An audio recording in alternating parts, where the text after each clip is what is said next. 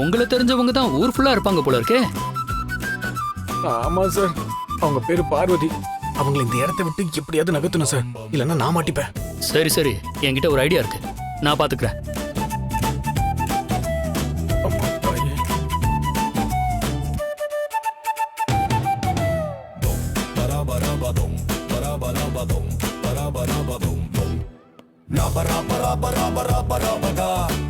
குழந்தைங்களா, நான் இப்ப எதை பத்தி பேச போறேன்னா மரத்தோட நன்மைகளை பத்தி பேச போறேன். என்ன சார் இது? கேமரா மறைச்சிட்டு வந்து நிக்கிறீங்க, நகருங்க சார்.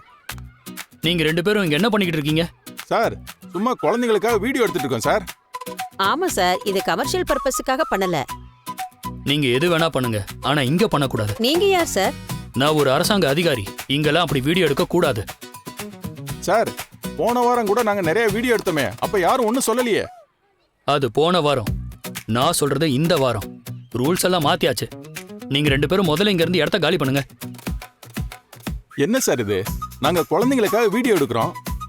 சார், நீங்க குழந்தைகளுக்காக எடுங்க, பெரியவங்களுக்காக எடுங்க, அதுல எனக்கு எந்த பிரச்சனையும் இல்ல. ஆனா இந்த பார்க்ல வீடியோ எடுக்க கூடாது. நான் தான் புது ரூல் வந்திருக்குன்னு சொல்றேனே, நீங்க திரும்ப திரும்ப அதையே சொல்றீங்க.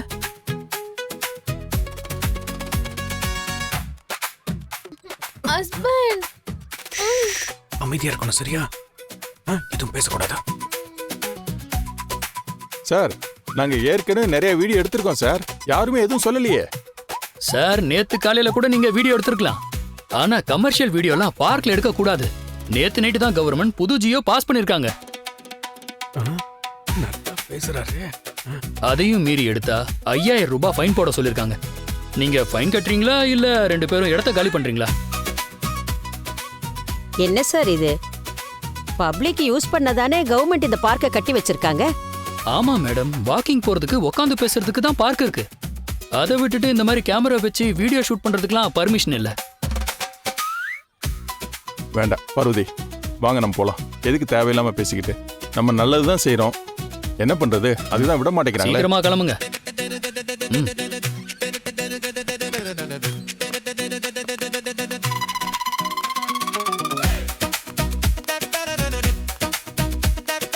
எப்படி பப்ரப்பா மனோஜ் என் நடிப்பு? சார் சூப்பர் சார், கலக்கிட்டீங்க. தேங்க்யூ.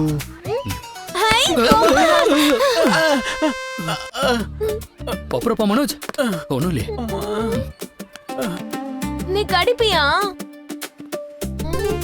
ஹஸ்பண்ட், இந்த பொம்மை கடிக்கும்னு சொன்ன, நிஜமாவா? சில நேரத்துல கடிக்கும், இப்ப கடிக்காது, எடுத்துக்கோ. Jolly jolly jolly jolly. ஆனா ஒண்ணு, ஒவ்வொரு தடவையும் என்னால நீங்க தப்பிச்சுக்கிட்டே இருக்கீங்க. என்னைக்காவது ஒரு நாள் நான் ஊர்ல இல்லாதப்ப யாராவது பார்த்தா? என்ன சார் நீங்களே எப்படி சொல்றீங்க? யாரும் பார்க்க மாட்டாங்க. இருந்தாலும் கேர்ஃபுல். ஐயோ, அவங்க பொம்மை தேடி வந்துட்டு போறாங்க. வா வா வா வா. அட பாவி, என்ன அம்பு விட்டுட்டு போற?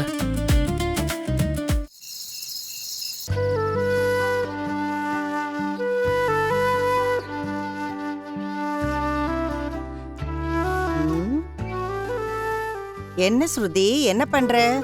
ஒரு வீடியோ ஒன்னு எடிட் பண்ணிட்டு இருக்கேன் ஆண்டி. அப்படியா? என்ன வீடியோ? இப்போ மக்களோட ஃபுட் ஹாபிட்ஸ் எல்லாம் மாறிடுச்சுல, சோ என்னென்ன ப்ராப்ளம்ஸ் எல்லாம் வரும்னு ஒரு கண்டென்ட்டா ரெடி பண்ண, அதை தான் எடிட் பண்ணிட்டு இருக்கேன். சரி சரி, நல்ல விஷயம்தான், பண்ணு. ஏமா, நீ மட்டும் அடிக்கடி வீடியோ ரெடி பண்ணி போடுற, நம்ம 2 பேரும் சேர்ந்து ஒரு வீடியோ போடலான்னு சொன்னேன்ல, அதுக்கப்புறம் நீ அதை பத்தி ஒண்ணுமே சொல்லல. எப்ப நம்ம வீடியோ எடுக்க போறோம்? நீங்க எப்ப சொன்னாலும் ஓகே தான் ஆண்டி. அப்ப சரி, நான் ரெடி ஆயிட்டு சொல்றேன். இதுல ரெடி ஆகிறதுக்கு என்ன இருக்கு ஆண்டி? நீங்க ஓகே சொன்னா அடுத்த நிமிஷமே ஷூட் பண்ண போறோம், அவ்வளவுதான். அது இல்லம்மா, என் மாமியாருக்கு கொஞ்சம் இப்போ அப்போன்னு இழுத்துக்கிட்டு இருக்கு. முதல்ல அவங்களோட ரிசல்ட் என்னன்னு தெரியட்டும், அதுக்கப்புறம் உடனே ஆரம்பிச்சிடலாம். என்ன ஆண்டி ரிசல்ட்னு சொல்றீங்க? புரியலையே. அவங்களுக்கு வயசாயிடுச்சுல்ல, இப்ப அவங்க ஹாஸ்பிட்டல்ல இருக்காங்க. அவங்க உயிரோட வருவாங்களா இல்ல வெறும் உடம்பா வருவாங்களான்னு யாருக்கு தெரியும்? என்ன ஆண்டி சொல்றீங்க? எனக்கு ஒண்ணுமே புரியல. ஆமாம்மா, இப்ப அவங்களுக்கு வயசும் ஆயிடுச்சு, உடம்புல இருக்கிற நோயும் அதிகமாயிடுச்சு. சரியாயி உயிரோட வந்தா அவங்க வீட்டுக்கு, வெறும் உடம்பா வந்தா காட்டுக்கு.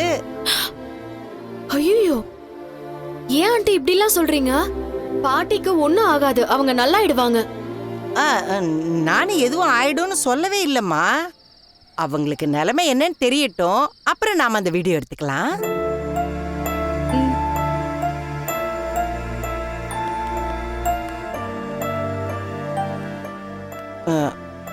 இப்ப நம்ம பேசின விஷயம் அவங்களுக்கெல்லாம் தெரிய வேண்டாம். வாங்க மீனா. இப்ப எப்படி இருக்கு? உடம்பு பரவாயில்லையா? பரவாயில்ல. பாத்து வா வா, வாங்க அண்ணி, இன்னைக்கே டிஸ்சார்ஜ் பண்ணிட்டாங்களா? இப்படி வந்து உட்காரு. வாங்க.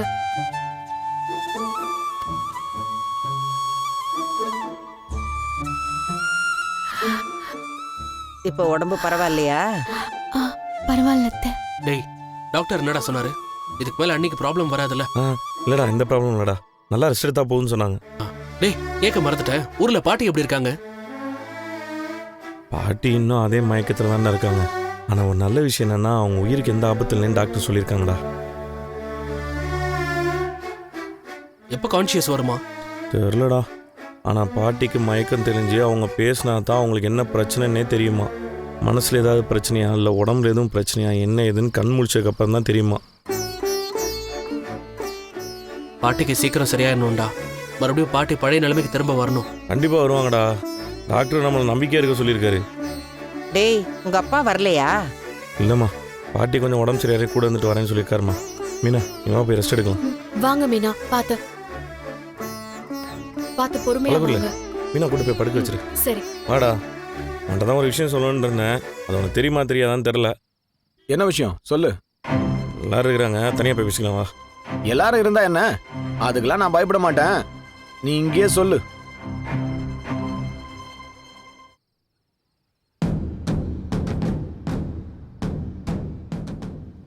நீ சொல்கிறது கரெக்டு தான்டா. இது உனக்கு மட்டும் தெரிய வேண்டிய விஷயம் இல்லை, நம்ம வீட்டில் இருக்கிற எல்லாருக்கும் தெரிய வேண்டிய விஷயம்தான். அதனால் எல்லாரும் முடியுமே சொல்கிறேன். சீதா வேலை செய்கிற ஹாஸ்பிட்டலில் தான் அந்த பார்லரம்மா இப்போ செக்கப்புக்கு போயிட்டுருக்குதான். அங்கே பார்லரம்மா தான் வயிற்றில் வளர்கிற குழந்தையோட அப்பா பேருக்கு மனோஜ்னு ஓம் பேரை தான் கொடுத்துருக்குதான்.